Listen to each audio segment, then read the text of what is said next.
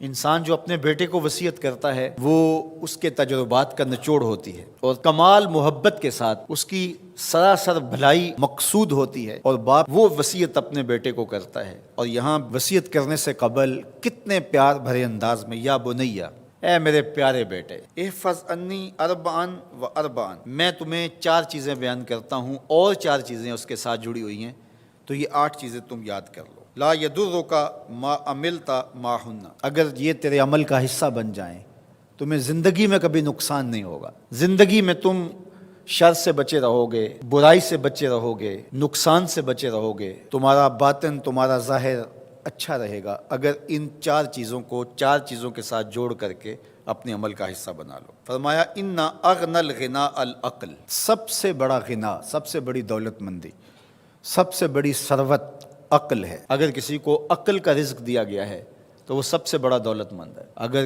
اس کے پاس مال و متاع بہت سارے ہیں لیکن بے وقوف ہے تو وہ دولت مندی نہیں ہے۔ وَأَكْبَرُ الْفَقْرِ الْحُمْقُ، اور سب سے بڑا فقر اور سب سے بڑی محتاجی جہالت ہے۔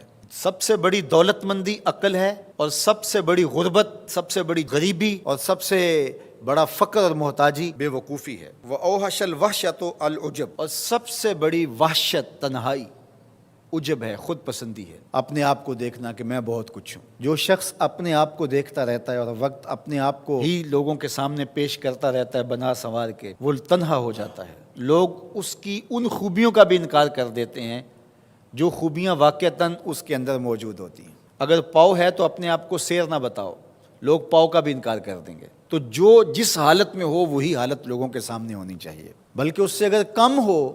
شیخ سعدی نے ایک بڑی خوبصورت بات لکھی کہ تم برے ہو لوگ تجھے نیک سمجھیں یہ بری بات ہے، لیکن تم نیک ہو اور لوگ تجھے برا سمجھیں تو کوئی فرق نہیں پڑتا، تم اللہ کی نظر میں نیک ہو۔ اس لیے تم اگر سیر ہو اور لوگ تمہیں پاؤ سمجھے تو کوئی فرق نہیں پڑتا، لیکن اگر تم اپنے آپ کو پیش کر رہے ہو تو لوگ تمہاری اس حیثیت کا بھی انکار کر دیں گے جو تمہیں حاصل ہے۔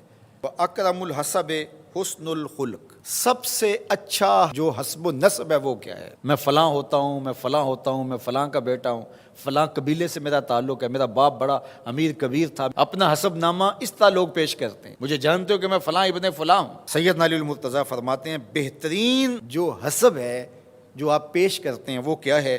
حسن الخلق، تمہارے اخلاق کیسے ہیں، تمہارا خلق گواہی دے گا کہ تم اچھے خاندان کے چشم و چراغ۔ مشکانست کے خود ببوئت نہ کہ عطار بگوئت۔ فارسی کا ایک مقولہ ہے کہ خوشبو وہ ہوتی ہے جو خود بتائے کہ میں خوشبو ہوں۔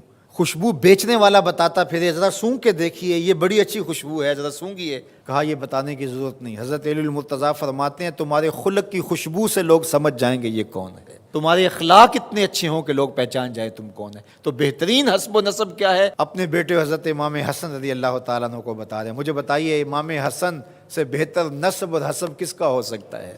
رسول اللہ کی بیٹی کے بیٹے، امام الاولیاء کے فرزند ہیں، رسول اللہ کے نواسے ہیں، بنو ہاشم کے چشم و چراغ ہیں۔ تو انہیں یہ نہیں کہا کہ تم یہ بتاتے پھرنا، بلکہ کہا کہ تمہارا خلق گواہی دے کہ میں محمد کا نواسا ہوں، تمہارے اخلاق گواہی دے کہ میں نے فاطمہ کا دودھ پیا ہے، تمہارا کردار گواہی دے، تمہاری شجاعت گواہی دے کہ تم علی کے فرزند ارجمند ہو۔ اللہ اکبر۔ پھر حضرت علی المرتضیٰ رضی اللہ تعالیٰ عنہ ان چیزوں کو بیان کرنے کے بعد فرماتے ہیں یا بنیا، اے میرے بیٹے، ایاک والمصادقہ الاحمق، بے وقوف شخص کی دوستی سے ہمیشہ بچنا۔ فإنہ یرید ان ینفعک فیضرک، وہ دل سے چاہے کہ تمہیں نفع پہنچائے لیکن اپنی جہالت کی وجہ سے، اپنی بے وقوفی کی وجہ سے تمہیں نفع نہیں پہنچا سکے گا، تمہیں نقصان پہنچا دے گا۔ کہا جاتا ہے کہ بے وقوف دوست سے دانا دشمن اچھا ہے، تو وہ اسی قول کا مفہوم ہے۔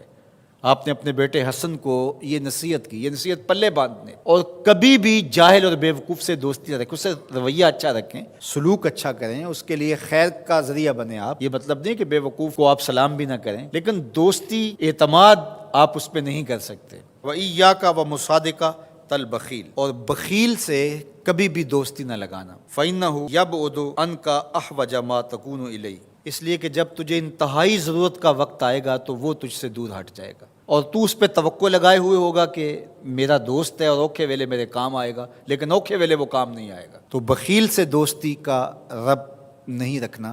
وَإِيَّاكَ وَمُصَادَقَةَ الْفَاجِرِ، بدکار شخص سے کبھی دوستی نہ رکھ، برے شخص سے کبھی دوستی کا رشتہ نہ جوڑنا۔